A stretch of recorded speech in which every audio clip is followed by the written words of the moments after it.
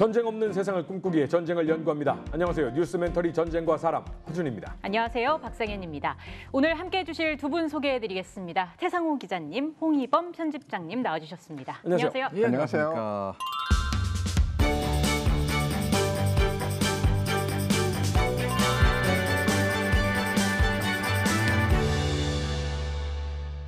자, 오늘은 어떤 주제로 이야기를 나누게 될지 먼저 힌트부터 살펴보겠습니다. 자, 현대 보병의 주력 무기, 총, 소총. 그렇죠. 예.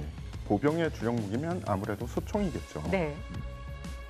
근데 너무 많은데 그러니까요. 중에 어떤 걸까요? 좀 많죠. 예. 현대 보병의 주력 무기는 너무 많아서 사실. 예. 그리고 보병의 분류 자체도 사실은 뭐 하나로 뭉뚱그리기에는 종류도 그렇죠. 너무 많고. 예. 다른 힌트 좀 줘보시죠. 위에는 기관 단총, 9mm 기관 단총이 있고 네. 아래는 구소련군의 주력 화기였던 모신나강 소총이 있습니다. 소총과 기관단. 근데 중간에 물음표가 있다. 이게 아. 제일 큰 힌트 같아요. 아, 저 사이 어디쯤? 그렇겠네요. 그래서 사이 그런구나. 포지션이 뭐냐? 아, 오. 저는 뭐 대충 감은 오는 것 같습니다. 세 번째 힌트 볼까요? 이건 힌트가 아니라 답이 나왔네요. 답이 나왔네요, 그냥. 예. STG-44. 약간 이거 보면서 설레시는 분이 있다라고 저는 확신합니다. 그죠. 예. 오늘 주제가 뭘까요? 오늘의 주제는 지금 보시는 바와 같이 STG-44와 같은 돌격 소총, 즉 현대전 보병의 개인 화기에 대해서 좀 알아보도록 하겠습니다. 사실 지금까지 개발된 총기의 종류는 너무나도 많습니다. 그리고 이걸 분류하는 방식도 뭐 그 기준에 따라서는 너무너무 많고요. 그런데 이 돌격 소총, AR이라고도 사실 많이 얘기를 하는데 이 AR에 대해서 한번 알아보도록 하겠습니다. 예, AR이 왜 돌격 소총이 되냐라고 좀 궁금해하실 분들도 있어요. 근데 AR은 어설트 라이플, 공격 소총에 어떻게 보면은 직역한 거죠. 네. 오늘 왜 공격 소총이 돌격 소총이라고 불릴 수밖에 없느냐에 대해서 좀 설명을 해드릴 거고요. 그리고 그러면은 돌격 소총이면 돌격할 때만 쓰는 건가? 방어할 땐 쓰면 안 되나? 이런 분들도 계세요. 네.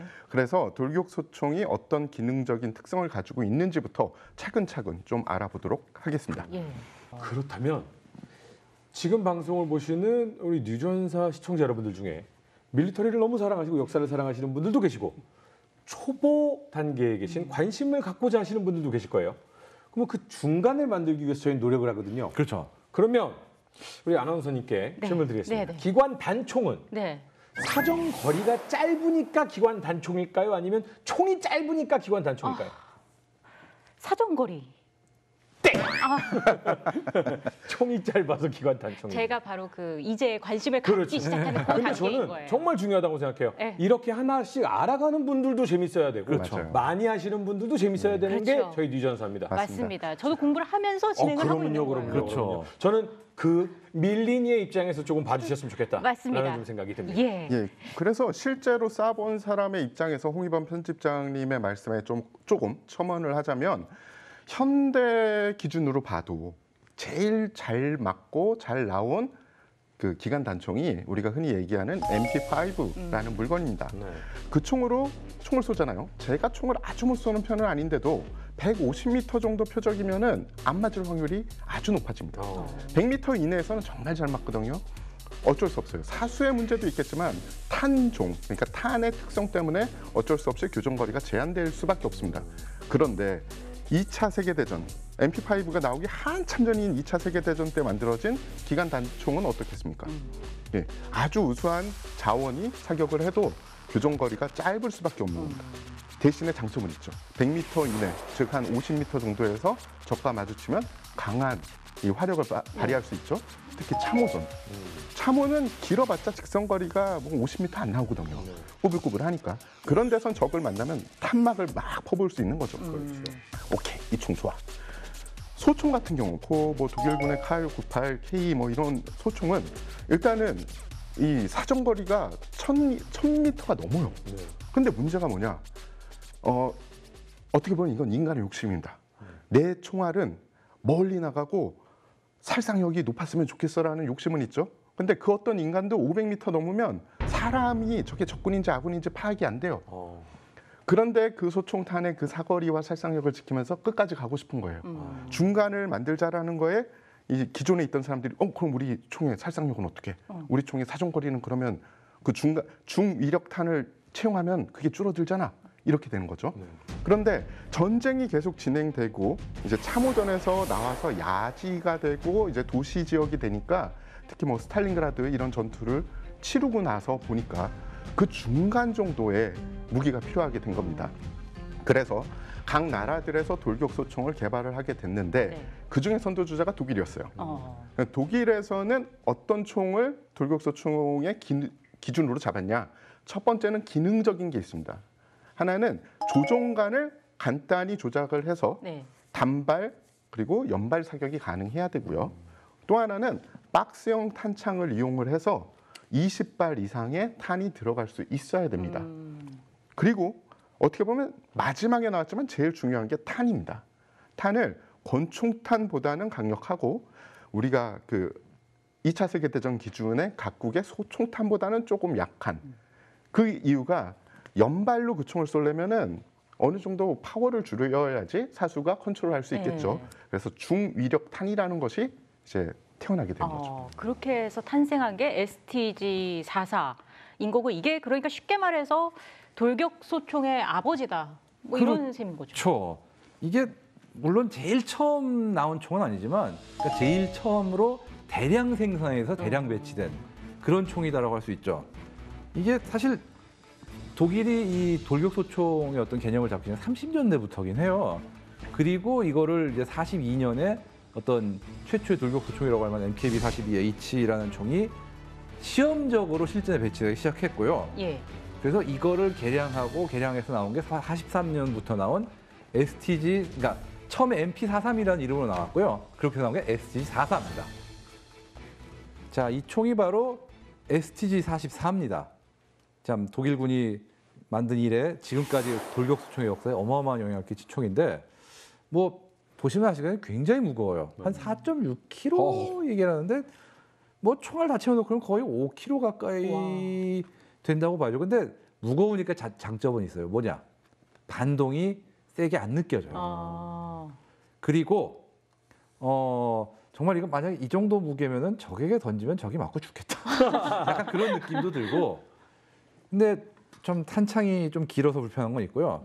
그다음에 이 총알 얘기를 안 할 수가 없는데 지금 이 총알이 보시면 아시겠지만 짧죠. 네. 네. 근데 이게 보면 권총탄보다는 그래도 좀 길어요. 그러니까 이게 탄피가 33mm거든요. 네. 그렇다는 얘기는 탄피 길이가 9mm 권총탄 전체 길이보다 정도는 된다는 얘기고 그렇다고 해서 이 당시 독일군이 쓰던 그 소총탄, 네. 그러니까 7.92mm 마우저탄 그거보다 많이 짧죠. 왜냐하면 그 7.92mm 마우저탄은 탄피 길이가 무려 57mm예요. 그러니까 딱 이 권총탄과 소총탄의 중간이라는 사이즈를 아주 잘 지킨 그런 총알이라고 할 수 있는 거죠. 그래서 저 탄이 7.92 곱하기 33 탄입니다. 그래서 독일군은 이 탄을 7.92mm K탄이라고 했어요. 왜냐? 7.92mm 소총탄이 아니라 K가 독일 말로 이 짧다는 크루츠의 약자거든요. 그거 질문 던지려고 그랬는데. 그렇죠, 그렇죠. 예. 그래서 7.92mm 영어로 하면 7.5mm 쇼탄이 된 거죠. 예. 자, 다시 넣겠습니다. 총알을. 예, 됐습니다. 하여간에 많은 뭐 영향을 끼쳤지만 사실 이게 좀 부품도 좀 많고 공정도 좀 복잡하고 그러다 보니까 독일이 이거보다 더 단순한 버전을 만들려고 연구는 했어요. 근데 그게 양산이 되기 전에 전쟁이 끝났으나 그 단순한 버전이 나중에 돌고 돌아서 뭐가 됐냐? 여러분도 잘 아는 G3 소총이 됩니다. 그리고 G3 소총이 좀 쪼그라들어서 뭐가 되냐? MP5가 됩니다. 즉 총기의 역사가 돌고 돌아서 결국 여기까지 온다. 그렇게 보시면 됩니다. 지금 이 총은 사실 재밌는 게 히틀러는 이 총이 대량으로 배치되는 걸 반대했어요. 왜냐? 가장 큰 이유가 이겁니다. 총알. 뭐 히틀러는 이 뭐 총알이 나쁘다 좋다를 떠나가지고 지금 전선이 이렇게 넓은데 보급이 이 총알이 하나가 또 생기면은 보급이 더 힘들지 않겠냐. 그래서 이 총의 생산과 배치에 굉장히 좋지 않은 반응을 보였는데 재미있는 게 그런 독일 육군은 히틀러의 말대로 야 이거 하지 마 이랬냐? 아니에요. 편법을 썼어요. 이거를 처음에는 MP43이라고 불렀어요. 네. 기관 단총. 한마디로 서류상으로는 이게 소총이 아니라 기관 단총이니까 이게 히틀러는 눈치를 못 챈 거예요, 한동안. 그랬다가 히틀러도 바보가 아니니까 자꾸 얘기가 들어오는 거예요. 여기 야전에서도 이거 좋다고 평가가 들어오고. 네. 그래가지고 마음을 바꿨는데 마음을 바꾼 김에 세게 나갔어요. 이거는 앞으로 우리가 전쟁을 이길 어떤 새로운 신무기다.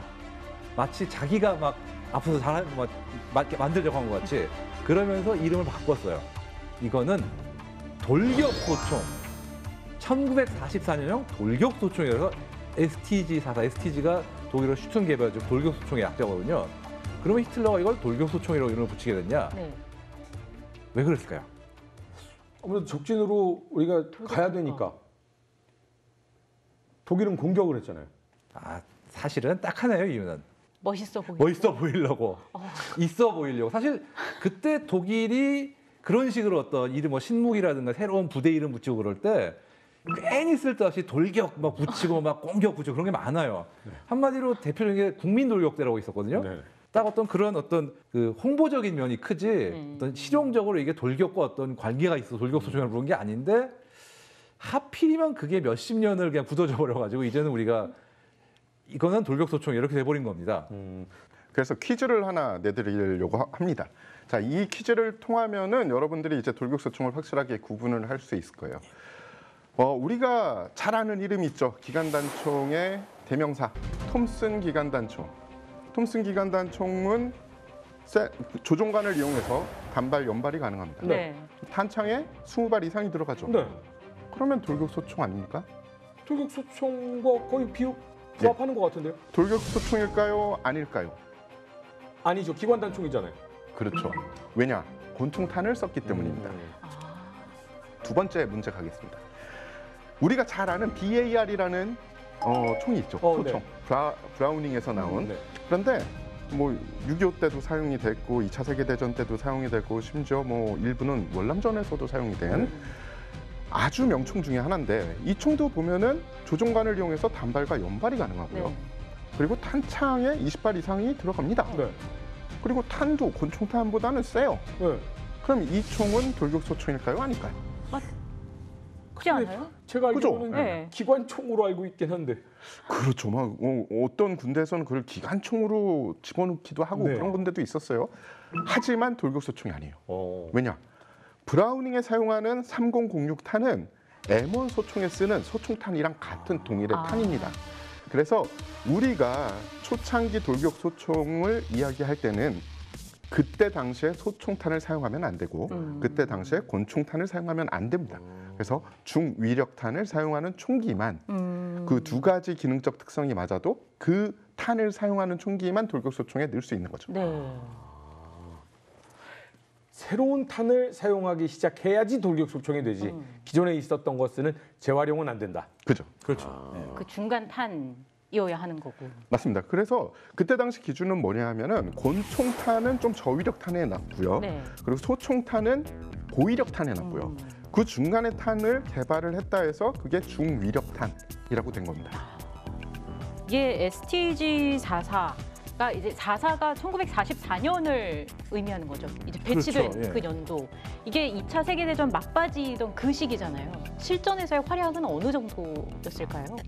이게 재밌는 게 미군에서의 평가가 좀 엇갈려요.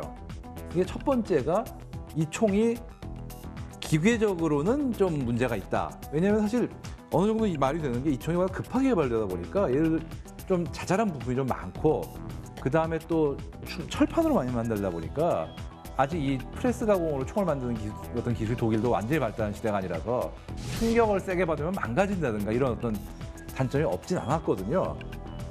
그리고 또 하나 미군이 어떤 문제가 생긴 게 두 가지예요. 첫 번째 미군의 카빈이라고 어떻게 보면은 이 돌격소총과 컨셉이 되게 비슷한 총이 있어요.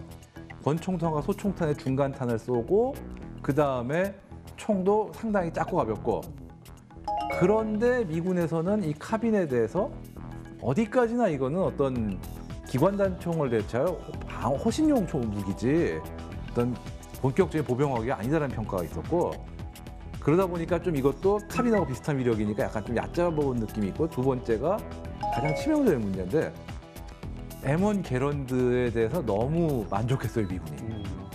그러다 보니까 아야 이거 게런드보다 위력은 낮고 충격받으면 고장은 잘 나고 또 무겁고 굳이 우리가 이런 걸 써야 되나? 약간 좀 그런 어떤 좀 자만심 이런 게 있던 거죠. 독일은 그러면 어떤 평가를 내렸나요? 예, 근데 반면 독일은 상당히 만족하는, 그러니까 표면적으로 보면 굉장히 만족하는 그런 느낌입니다. 게다가 기록도 좀 남아 있어요. 전체적인 만듦새는 홍위범 편집장님이 말씀하신 거와 같은데, 문제는 그 전에 독일군이 쓰던 그 화기들, 그러니까 총기들이 일단은 반자동이 되는 총이 거의 없었어요. 그래서 내 손에 중위력 탄에 300m 이내에서 효과적인 교전이 가능한 총기를 주어줬을 때 독일군 병사들한테는 와 이거 너무 좋다라는 이런 평가가 나올 수밖에 없었죠. 그럼 실전 기록을 좀 살펴볼 만한데요. 이 총이 종전 때까지 약 40만 정이 넘는 이 생산량이 발휘가 됐습니다. 네. 그 뜻은 뭐냐면 가성비도 또 나쁘지 않았다는 거고요. 이 총이 본격적으로 투입된 두 개의 아주 큰 전투가 있습니다. 하나는 아르덴느 공세, 그리고 또 하나는 베를린 공방전이에요. 그런데 아르덴느 공세는 어떻게 보면은 독일군이 서유럽 전선에서 맨 마지막으로 진행한 대규모 공세죠. 그때 자신들이 사용할 수 있는 거의 모든 뭐 비밀병기, 최신병기를 거의 다 투입을 시켰습니다.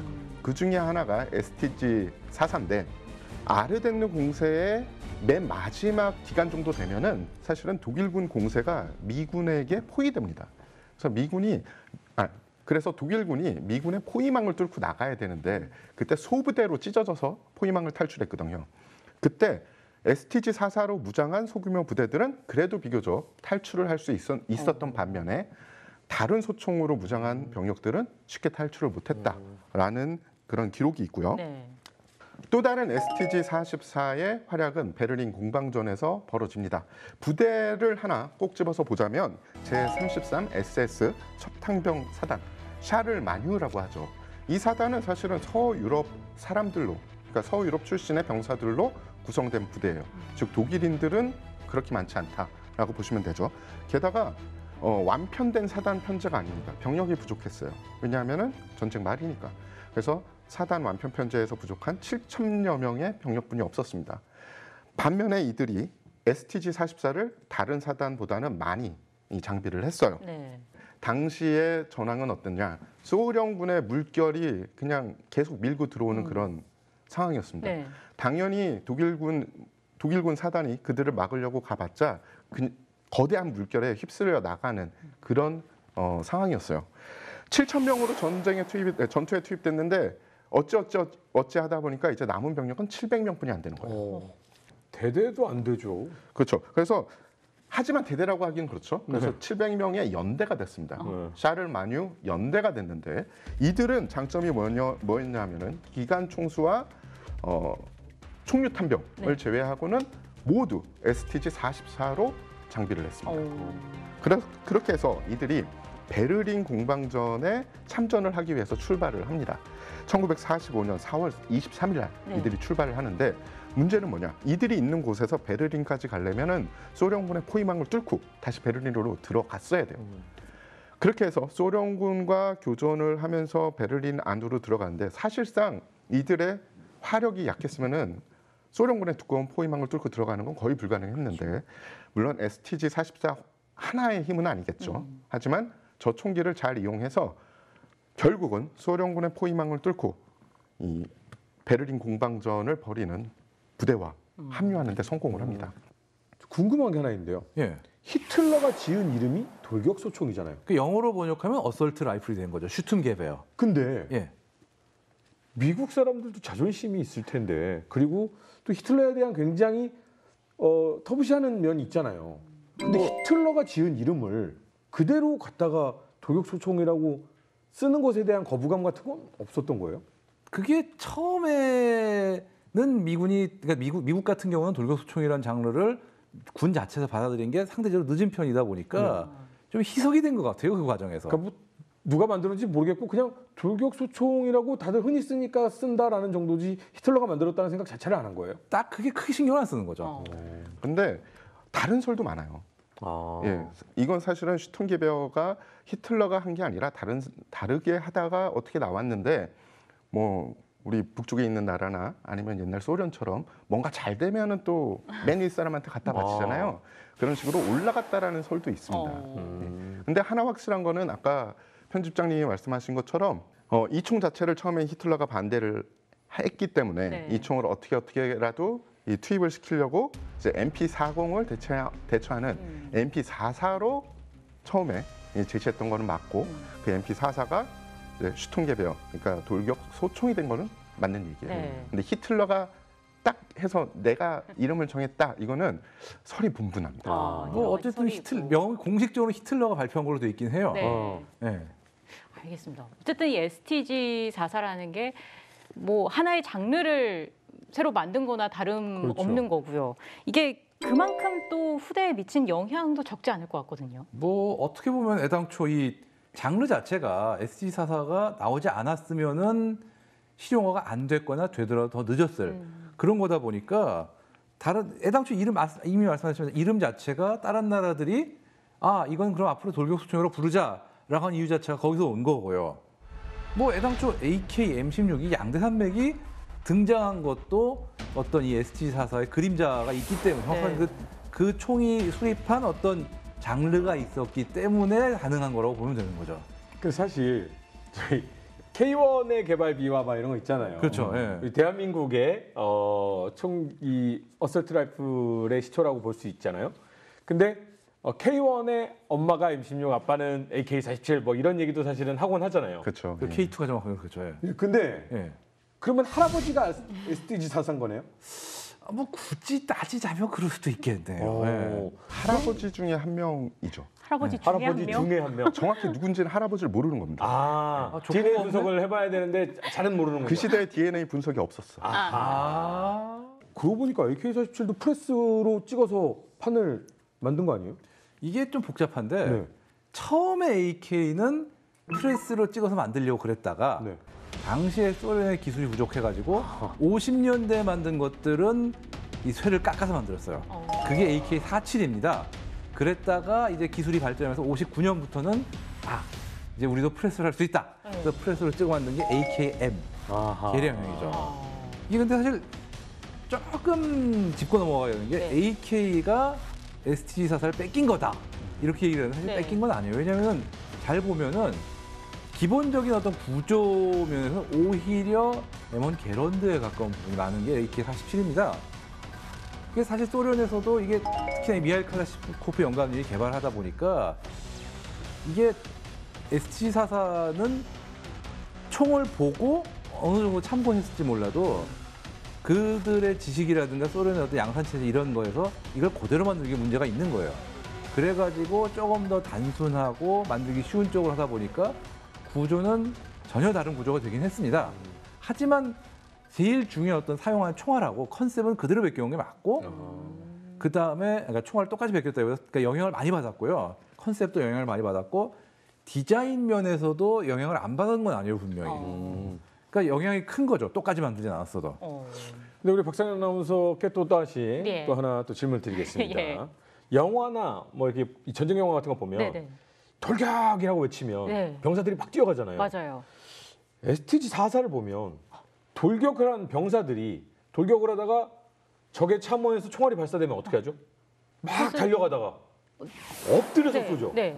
이 총을 보면 엎드리면 굉장히 불편할 것 같지 않아요? 엎드리면 불편할 것 같기도 하고. 굉장히 탄창이 앞으로 많이 맞아요. 튀어나와 있잖아요. 그래서 돌격소총이라기에는 좀 마이너스가 될 것 같은데. 맞습니다. 그래서 장점과 단점이 존재하는 총이 바로 저 STG-44입니다.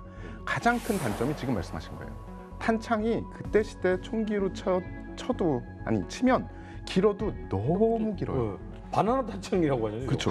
게다가 그때 당시에는 저런 탄창이 없었기 때문에 대부분의 엎드려 쏴 자세가 탄창이 없는 볼트 액션식 소총으로 교육이 된 병사들이었거든요. 그러니 그 낮은 자세를 했던 사람이 갑자기 탄창을 긴 총이 들어오니 자세 잡는 게 얼마나 힘들었겠습니까? 그렇죠. 게다가 그때는 요새처럼 전술 사격이 뭐 좀 보편화돼서 그래? 그러면 총을 눕혀 이런 생각도 없었을 때입니다. 거의. 게다가 이 총의 또 다른 문제는 탄창의 형태만이 아니었어요. 저렇게 긴 탄창을 뭐 물론 소총탄 같은 건 있지만 네. 중위력탄이 들어가는 저런 긴 탄창을 만든 경험이 별로 없었기 때문에 그 탄을 제대로 밀어주는 스프링을 만들어 본 경험이 별로 없는 거예요. 그러니까 스프링 위력이 좋지 않아서 원래는 30발들이 탄창인데 30발을 다 집어넣으면은 탄창이 기능 고장이 걸립니다. 그럼 독일군이 안 되겠다. 이제 자꾸 기능 고장이 걸리니까 그럼 30발을 못 넣게 해야지. 처음에는 말로 했습니다. 자, 병사들한테 전파해. 25발 이상 넣지 마. 근데 막 교전이 벌어지고 탄 채워야 되는데 그게 되나요? 막 넣다 보면 30발 되는 거죠. 그렇죠. 그래서 안 돼. 그러면 말로 안 되니까 쐐기를 박아.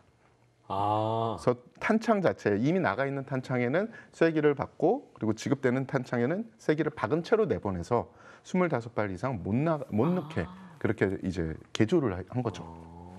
저희 돌격 소총의 역사에 대해서 짚어보고 있는데 그럼 서방 국가는 어땠을까 봤는데 좀 비교적 그 돌격 소총 개발에는 좀 늦었던 것 같아요. 이게 서방도 둘로 나눠야 돼요.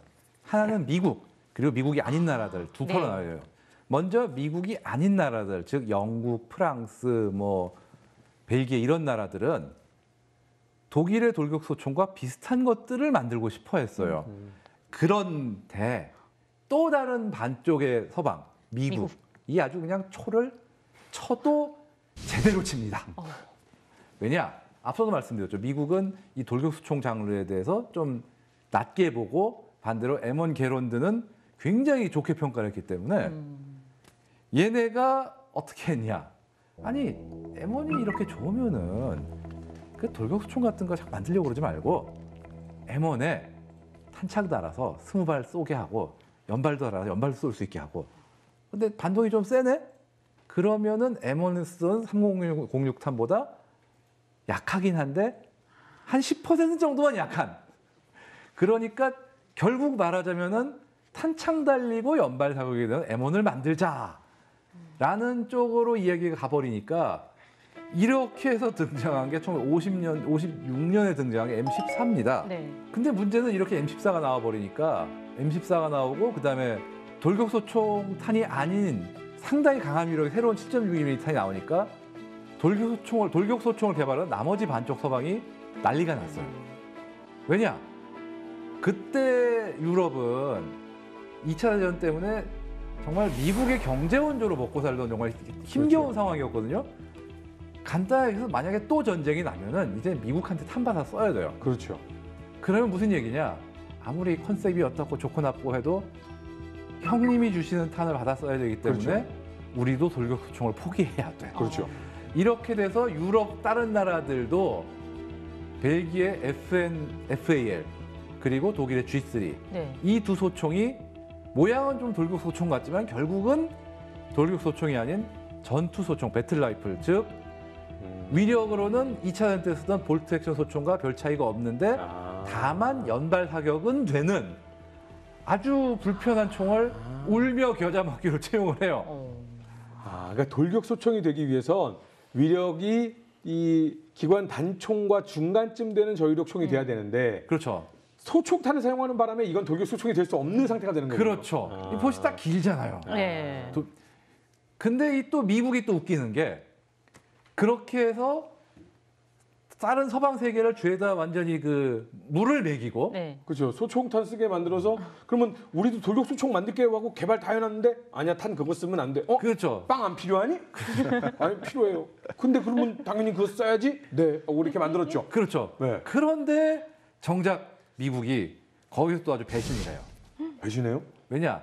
6.25를 겪고 오고 나니까 네. 아, 야 이거 M1만 가지고는 좀 힘들겠네. 중간 위력 필요하구나. 그렇죠. 근데 문제는 얘네는 또 극과 극을 가요. 그러면은 반동도 정말 낮고 발속도 엄청 빠르고 그 어떤 미래의 개인 화기를 개발하자. 그래가지고 SPIW라는 미래 화기를 개발하는데 문제는 욕심이 크면은 망하기도 크게 망해요. 네. 그래가지고 뜻대로 안 풀리니까 마침 그때 어떤 민간 기업이 주도로 만들던 뭔가 새로운 총이 있었어요. 네. 60년대 초반에 그것을 도입합니다. 어디까지나 SPIW가 이 완성될 때까지 땜빵으로. 지금 홍 편집장님이 미국 입장에서 쭉 얘기를 해주셨는데 네. 사실은 유럽 입장도 있었습니다. 네. 원래는 유럽에서 이 나토 기준 탄을 이제 정해야 되잖아요. 네. 왜냐, 2차 세계대전 때 쌓아봤더니 미군은 미군 탄 써야 되고 영국군은 영국 탄 써야 되고 프랑스는 프랑스 탄 써야 되니까 급할 때 탄을 빌릴 수가 없는 거예요. 다시 3차 세계대전이 벌어지면 연합국은 이렇게 딱 보니까 암만 해도 3차 세계대전 터져도 얘네들 옆에서 싸울 것 같은데 그럼 탄은 미국이 가자는 대로 가주자. 7.6이 가줄게. 대신에 소총은 뭐 팔이라는 소총이 굉장히 그때 평가가 나쁘지 않았거든요. 팔 소총 좋죠. 그래서 유럽에서는 그래 미국이 원하는 탄을 주면 소총은 8 정도는 사줄 거야. 미국은 미국이었습니다. 네. 거하게 배신하고 M14로 가죠. 그렇죠. 네. 근데 그때 당시에 처음에 개발됐을 때 당시에는 사실은 팔이랑 다른 소총들의 탄이 7.62가 아니었어요. 아니었어요. 예. 그런데 미국이 7.62로 가자고 하니까 심지어 자국의 소총, 자국의 차기 주력 소총을 7.62로 미국에 맞춰서 만들어준 겁니다. 오버사이즈한 거죠. 그렇죠. 원래는 그렇죠. 작은 탄을 사용해서 돌격 소총을 만들려고 했는데 미국이 큰 거 안 만든다고? 그러니까 아니 만들게요 하고서는 오버사이즈로 만들어서 그렇죠. 네, 자 이제 사주실 거죠? 라고 했더니 아니 우린 M14 쓸 건데 이게 그래가지고 미국이 60년대 초반에 뭘 태용을 하냐? 바로 M16. 아, 드디어 등장해요. 그렇죠. 사실 이게 M16이라는 총이 미 군에서 처음에서 원해서 만든 게 아니라 이 아말라이트라는 총기 회사의 유진 스토너가 처음에는 이 미군에 채택을 하려고 AR-10이라는 걸 만들어요. 네. 그건 7.62 나토탄을 씁니다. 네. 근데 이 총은 결국 M14한테 패합니다. 네. 그랬다가 이제 미군에서도 그렇고 여러 가지로 6.25의 전운을 받아들이면서 그래도 우리도 좀 이제 좀 약하더라도 반동이 났고 쉽게 해서 돌격소총 같은 거 만들자. 그렇죠. 그러다 보니까 그때 유명한 총기 회사 겸 탄약 회사인 레밍턴에서 발상을 확 바꿔요. 그러면 총알을 되게 작고 대신 빠르게 쏘는 걸 만들자. 그래서 나온 게 5.56mm 탄입니다. 그리고 그 5.56mm 탄을 쓰는 AR-15라는 총을 유진 스토너가 아말라이트에서 개발을 해요. 참고로 여기서 AR이라는 거는 돌격소총의 뜻이 아니라 아말라이트 라이플의 약자로 AR-15가 나왔는데 이 AR-15가 50년대 끝 무렵에 테스트를 여러 곳에서 거치면서 되게 네. 평가가 좋았어요. 네. 왜냐면 반동이 엄청 났거든요, 진짜. 그러다 보니까 미 공군에서 이거를 M16이라는 이름으로 기지경비용으로 처음에 채택을 딱 합니다. 네. 그랬더니 미 육군에서 마침 우리 SPIW 개발 생각보다 진척이 잘 안 되는데 M14는 해보니까 이건 너무 길고 무겁고 미래전 안 맞고 그러면은 땜빵으로 M16을 좀 사들이면 몇만 자루 정도를 임시로 사면 어떨까? 그래서 미 육군도 1963년인가부터 이제 M16을 도입하는 계획을 세워 들어오기 시작합니다. 네. 그런데 좀 있다가 뭐가 터지냐? 베트남 전쟁? 그렇죠. 예. 베트남 전쟁이 터지니까 정글에서 1.2m 가까운 M14를 들고 게다가 M14가 반동이 정말 장난 아니에요. 연말로 쏘면. 그걸 정글전에 쓰자니까 너무 불편한 거예요. 네. 그래서 베트남에 파병된 병력들을 우선으로 M16을 지급하기 시작하는데 베트남에 가는 미군뿐 아니라 베트남 군한테도 M16을 대량으로 원조를 합니다. 그 과정에서 개량인 M16A1도 나오고 써보니까 결국은 SPIW는 중간에 망해요. 엎어져요.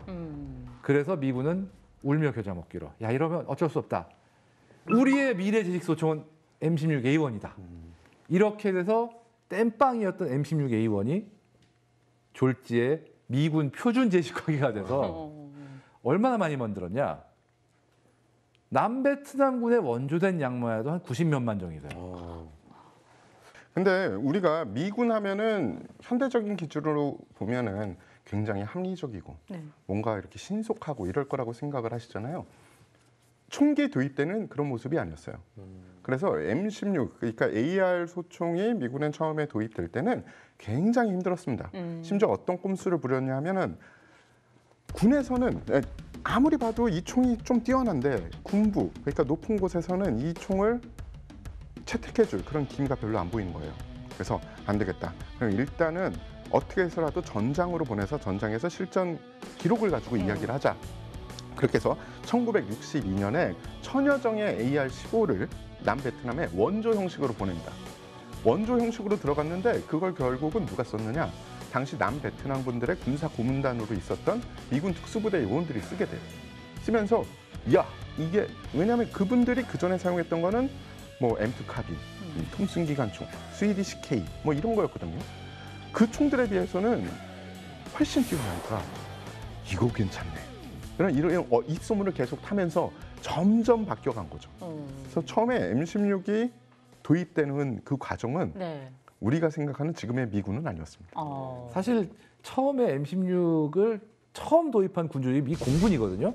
근데 이 공군이 이걸 도입한 사연이 되게 재밌는 게 그때 당시 공군의 유력 정말 사령관이었던 커티스 메이 이 사람하고 아말라이트사하고 연줄이 있어요. 왜냐 아말라이트는 비행기를 만든 페어차일드사의 자회사거든요. 그래가지고 이 커티스 메이 장군이 휴가 때 이 아말라이트사 사장님 그 농장에 와가지고 네. 막 부어라 마셔라 하다가 뒷마당에서 야, 이 우리 새로운 총인데 이 정말 좋아 얼마나 좋은데 가져와 가져와 수박을 딱 갖다 놓고 빵 쏘아보고 좋네 막 이러고 막 이런 식으로 물론 공군이 이유 없이 들여온 건 아니고 네. 당시 미 공군은 독립한 지 얼마 안 돼 새로운 군종이었거든요. 원래 육군의 일부였다가 그래가지고 막 여기저기 공군 기지도 생기고 막 그러는데 그 기지를 경비할 병력이 쓸 총이 육군에서 받은 카빈 뭐 이런 구식 총기였단 말이에요. 그러다 보니까 야 이거 우리는 좀 좋은 거 쓰자. 그래가지고 하는 도중에 이런 식으로 이 짱짱 해가지고. 근데 이게 요짜 맞춘 게 예. 뭐 도시 전설처럼 이제 도시괴담처럼 이제 나오긴 합니다만 예. 르메이가 이제 마음에 안 드는 상대가 있으면은 다 이제 석기 시대로 돌려버리는 뭐 그런 얘기 이제 있었잖아요. 항상 이 선전포고를 하시는 분이시잖아요. 근데 공군이 이제 막 힘을 얻게 되는 그 시기에 그렇죠. 총을 잘 못 쏘셨다고. 근데 술을 그렇게 자시고 이거는 누가 쏴도 잘 맞는다고 해가지고 쏴봤더니 본인이 쏴도 자꾸 맞으니까 야, 이 총은 진짜 좋은 총이네. 이렇게 했다는 괴담이. 아마 잘 맞을 수밖에 없는 자리에 놨겠죠. 정말 코앞에 놨다든가 뭐 하여간에 아니면은 뭐 여러 가지 아니면 정 빗 맞을 것 같아 누가 몰래 쐈다든가 여러 가지가 있겠지만 어쨌든 그런 식으로 해가지고 뭐 참 붓고 네. 마시고 참 드시고 그 다음에 즐겁게 해서 채택한 건 근데 맞습니다. 뭐 그 이후에 한국군에도 굉장히 오랫동안 지시소총으로 사용이 됐었고 그리고 사실 이 명중률 자체가 M16은 굉장히 높은 좋은 총이죠. 예. 소총이죠. 그렇죠. 일정 거리에서는 명중률도 굉장히 우수하고요. 그렇게 해서 역사적으로 보면 1963년부터 미군의 정식으로 납품이 되기 시작을 하면서 그때는 AR-15가 이제 M16이라는 이름으로 납품이 됩니다. 네. 그런데 육군에서는 그냥 바로 받지 않았어요. 써봤더니 문제가 있는 거예요. 놀이새가 이 오염이 되면 앞으로 가서 제대로 정의체에 폐쇄가 되지 않는 거예요. 안 되겠다. 놀이새 강제 전진기를 집어넣어라. 그렇게 자신들의 요구 조건을 이야기를 해서 M16A1이 이제 납품이 되고 M16A1 뒤에 A2, A3, A4, M4까지 오면서 현재까지 60여 년을 미 육군의 제식화기가 되는 뭐 미 육군만이 아니죠. 미 공군, 미 해병대 제식화기가 되는 그런 왕자의 자리를 차고 있습니다. 예, 여러분 여기서 다시 명심해서 원래는 땜빵이었습니다. 원래는 땜빵이었습니다. 원래 수박이나 맞추던 총이었습니다. 아니 이게 개량형들이 지금까지 쓰이고 있다는 건 그만큼 잘 만들었다라는 뜻으로 봐도 될까요? 근데 이게 AK도 그렇고 M16 네. 사실 어떻게 보면 지금 M16과 AK의 개량형들이 지금 세계를 지배하고 있다. 예. 이렇게 봐도 좋은데 물론 좋기도 하긴 한데 이게 중요한 포인트가 있어요. 냉전이 끝나. 냉전이 끝나면은 어떤 일이 벌어지냐? 돈이 없어져요. 국방비가. 예산이 잠깐. 그렇죠. 즉 국방비가 삭감되고 대결이 끝나니까 지금까지 쓰던 걸 완전히 뛰어넘을 새로운 총기를 개발해야 될 어떤 동기가 사라지는 거예요. 사실 돈은 한정돼 있는데 보통은 그 한정된 돈을 살려면 뭐 미사일이라든가 탱크라든가 이런 것부터 쓰지 총은 제일 우선순위에 밀리거든요. 그러다 보니까 야, 뭐 있는 거 개량해서 쓰지 뭐 이런 식으로 하다 보니까 M16하고 AK가 도태되지 않고 계속 개량이 나오는 것도 있고요. 네. 또 하나가 21세기부터는 총기 그 자체를 개량하는 것보다는 왜냐하면 총은 이제 진화의 어떤 정점에 있다고 온 그 어떤 의견이 많거든요. 반면에 아직까지 진화할 여지가 굉장히 많은 게 전자기술, 과학기술이거든요. 그러면은 총에다가 뭐 조준경이라든가 표적시기 같은 전자광학기기를 부착해서 총기의 전투력을 기존보다 더 많이 뽑아내자. 네. 이런 발상이 진행되기 시작하면서 21세기부터 총 자체보다 그런 쪽으로 진화가 훨씬 잘 됩니다. 그게 이제 피카티니잖아요. 바로 그렇죠. 피카티니 레이저. 이게 지금 피카티니 레일이 굉장히 중요한 게 그 전에는 총의 조준경을 단다. 그러면은 각 총마다 그 총의 디자인에 맞춰가지고 조준경을 달 수 있게 따로따로 만들어야 됐어요. 근데 피카티니 레일이 나오고부터는 피카티니 레일의 규격에만 맞춰가지고 조준경을 만들면은 어느 총에도 달 수가 있어요. 즉 조준경 같은 액세서리를 훨씬 쉽고 다양하게 개발하고 쉽게 바꿀 수 있는 그런 시대가 된 거죠. 우리 박상현 아나운서께 또 다시 하나 질문 드리겠습니다. 네. 피카티니 레일이라는 게 이제 총기가 있는데 네. 여기에 조준경도 달고 레이저도 달고 막 이렇게 하잖아요. 네. 우리나라 특수부대원이 네. 개인 총기는 국가 거잖아요. 네. 개인 게 아니잖아요. 네. 내 총이 좀 예뻐졌으면 좋겠는데 라고 해서 개인적으로 레이저를 사서 내 개인 레이저를 피카티니 레일에다가 달아서 작전을 나가는 거 이거 불법일까요? 합법일까요? 질문하신 거 보니까 합법 같은데요. 정답입니다. 개인이 개인 물품을 사서 개인 총기에 장비할 수 있습니다. 맞죠? 맞습니다. 그런데 약간의 그 해결해야 될 점이 조금은 있어요. 아주 소소한. 부대장이 허가만 해주면 돼요. 네. 예. 그러면은 문제가 없는 게 액세서리를 단다는 거는 총의 기본적인 성능을 저해하거나 아니면은 뭐 이상하게 만드는 게 아니잖아요. 예. 그렇기 때문에 전혀 문제는 없습니다. 대신에 부대장이 허가를 해주면 충분히 장착하고 자신이 원하는 장비를 쓸 수 있습니다. 저는 그 영화 보면서 진짜 신기했던 게 레이저 장비. 그걸 도대체 어떻게 조준을 하고 어떻게 사격을 하는지 그 원리가 너무 궁금했거든요. 예, 레이저 장비, 그러니까 총에 달아서 사용할 수 있는 레이저 조준 장비는 1979년에 미국의 엘모사에서 처음으로 개발을 했습니다. 그때 당시에는 광학 조준경이라는 게 없었어요. 네. 요새는 만원경 같이 단안경처럼 생긴 거에 중간에 이 전원을 켜면 빨간 점이 딱 들어와가지고 그 점만 보고 사격을 하면 되는 그런 간편한 조준 보조 장비가 나왔잖아요. 근데 1979년도에는 비슷한 건 있었지만 복잡하든지 비싸든지 아니면은 군용소총에 달기는 좀 애매한 물건들이 많았습니다. 그런데 그때 당시에 레이저 조준 장치가 나왔으니까 어떻게 보면 이 물건은 굉장히 신박한 물건이었어요. 특히 근거리에서는 내가 가늠새, 가늠자를 같이 조준해서 조준선을 맞춰서 사격할 필요 없이 레이저가 거기에 딱 찍히기만 하면 쏘면 그 비슷한 데 들어맞는 겁니다. 그래서 처음에는 이 대테러 부대 혹은 사법기관들한테 엄청나게 좋은 장비다. 이건 신박한 장비다라고 해서 많이 널리 퍼지게 됐는데 상당히 고가였어요. 그런 식으로 해서 점점 풀리게 됩니다. 특히 가스 마스크를 쓰거나 총을 견착하기 힘든 사람들, 그런 대원들한테는 레이저 조준 장치는 정말 편한 작전을 도와주는 그런 장비였죠. 그런데 이제 총에 피카티니 레일이 달리고 그리고 야시경을 쓰면서 또 새로운 세상이 열립니다. 야시경을 낀다는 거는 야간에 작전하겠다는 뜻인데 우리가 전에 쓰던 이 조준하는 레이저는 가시 레이저예요.